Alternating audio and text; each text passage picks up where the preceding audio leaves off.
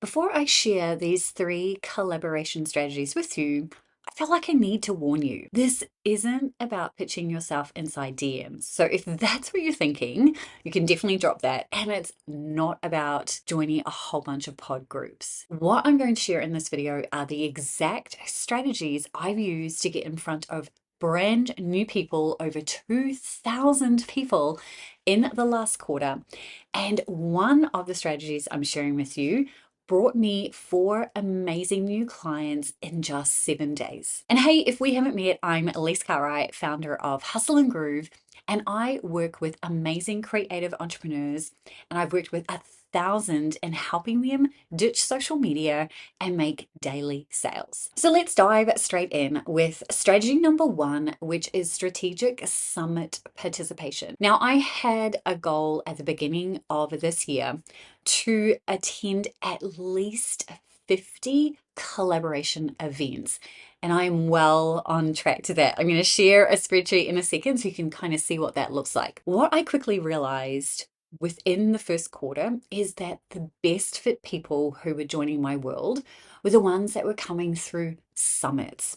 So for the rest of the year after Q1, I prioritized doing summits. I do find that people who either hear me speak or see me speak tend to connect with me better than if I'm participating in, say, a bundle or giveaway where people don't necessarily get to see you or hear you unless they go in and intentionally grab your freebie. So summits have been my priority since Q2, but it's about choosing the right summits. As you'll see quickly in my spreadsheet, there were some that just weren't a good fit.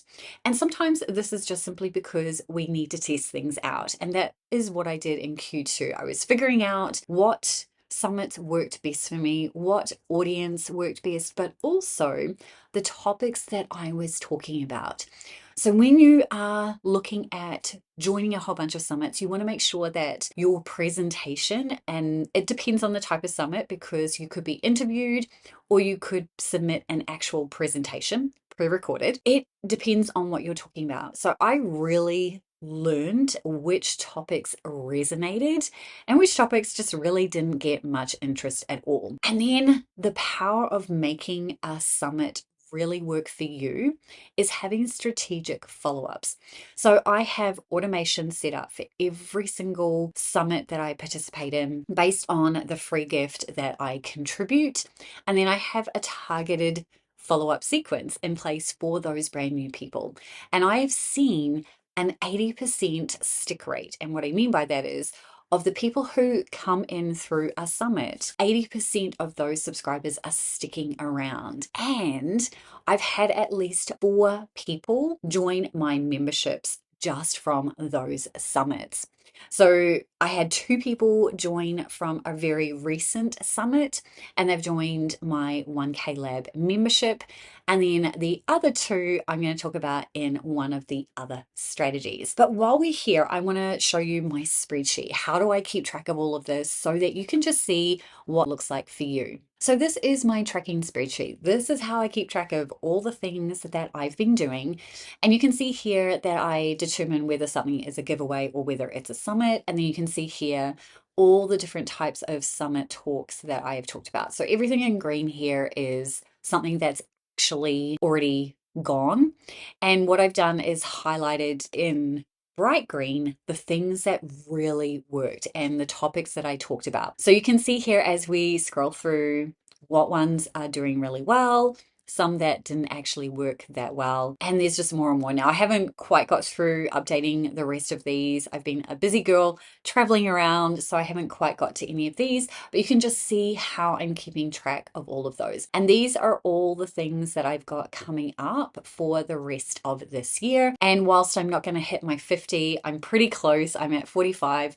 I'm not doing any additional summits from this point forward. That's it. I am fully booked for the rest of this year. When you are planning this out for yourself, you just definitely want to think through what would be a good option for me. How do I find the right summits? Personally, for me, I just pay attention to summits that I've already participated in, and then I make sure I track the speakers, quite often they will run their own summits, but this is where AI is fantastic to help you. And then in terms of the presentations, it's very much thinking through, where do I want people to go after they've gone through my summit? And then your presentation could be based around that.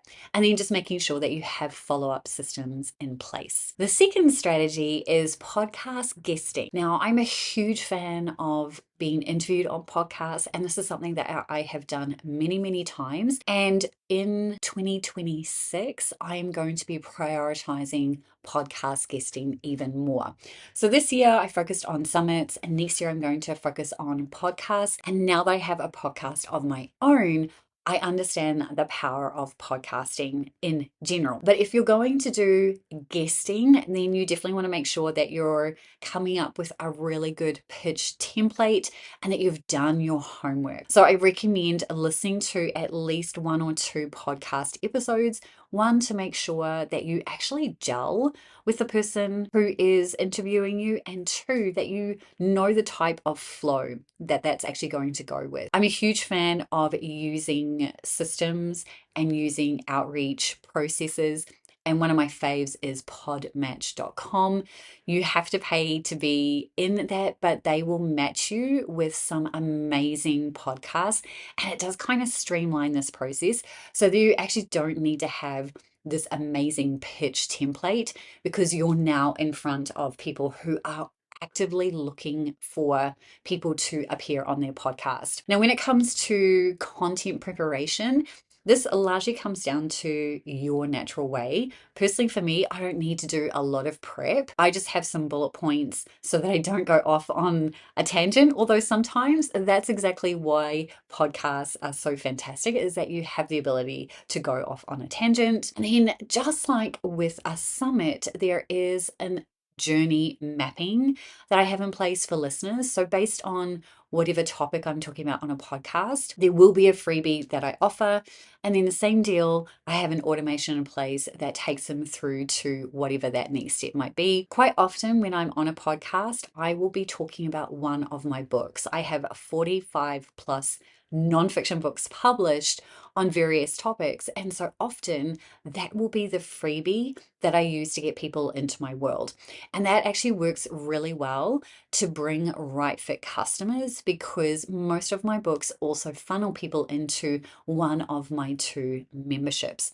So if you want to do podcast guesting, I highly recommend looking at matching services like podmatch.com to help you with that process. But also AI is fantastic at helping you find those micro podcasts and some of those bigger podcasts if you yourself have an amazing reach in place already. And then the final strategy is newsletter partnerships. Now, this is something that I've known about for a long time, but I've only just started doing these on a more intentional basis. Now, this is kind of like a giveaway or a bundle, but you're just doing it in a one-on-one situation.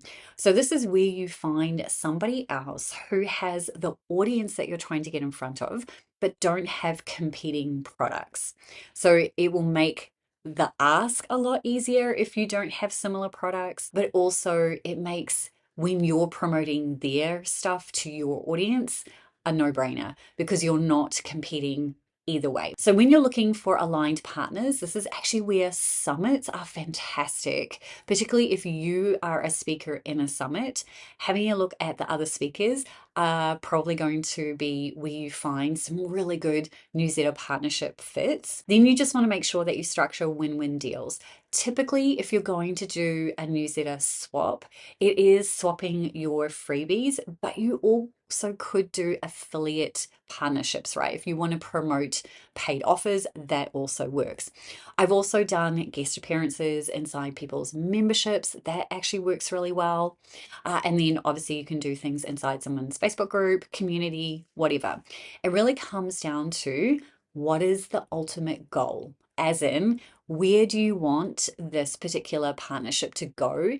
And with the people who come in through that partnership, what happens to them? And so you definitely want to determine what success looks like for you. So for me, that means at least one person joining my membership. And actually, in the last 7 days, I had 2 people join my actual higher tier membership, which is $100 a month, just from one newsletter partnership. So it very much comes down to finding really good partners, because this becomes like a business bestie recommending you. And it leads to really good partnerships if you really enjoy working with the person and you really love what it is that they do. So when you are sitting down to map this out for yourself, you just want to think through, do I want to do a freebie swap, or do I want to do a paid offer swap? Do I want to do some type of free training? Am I going to invite them to do a free training? What does the win-win look like? Because in order for these to be successful, it does have to be a really clear win-win situation for both of you. And then in terms of success, it just comes down to, are you looking to increase income, increase leads? What does that look like? So if you want to learn how to make money from your email list, how to grow your email list without social media, and how to set up evergreen funnels, create easy yes offers, then the 1K Lab is exactly the right space for you. The link on your screen is where you can go, or you can check it out in the description below. So your implementation step is literally to pick one of those collaboration strategies and map it out for yourself. If you're going to do a summit, participate in one, you're probably going to need to allow 8 weeks from the time that you find the summit to the actual summit taking place. Give yourself a little bit of time, think through the entire process in terms of the journey from the time that someone listens to your summit presentation, interview, and then actually joins your world. What do you want to have happen? Same goes for podcasting, and same goes for a newsletter swap. Now, the video that is coming up on your screen right now is going to talk to you about a process I call discoverable content. It's basically where you write a long form content, or you do a video, or you do a podcast, and you do it once and it sells for you 24/7. So we're going to walk through that process. I will see you in that video now.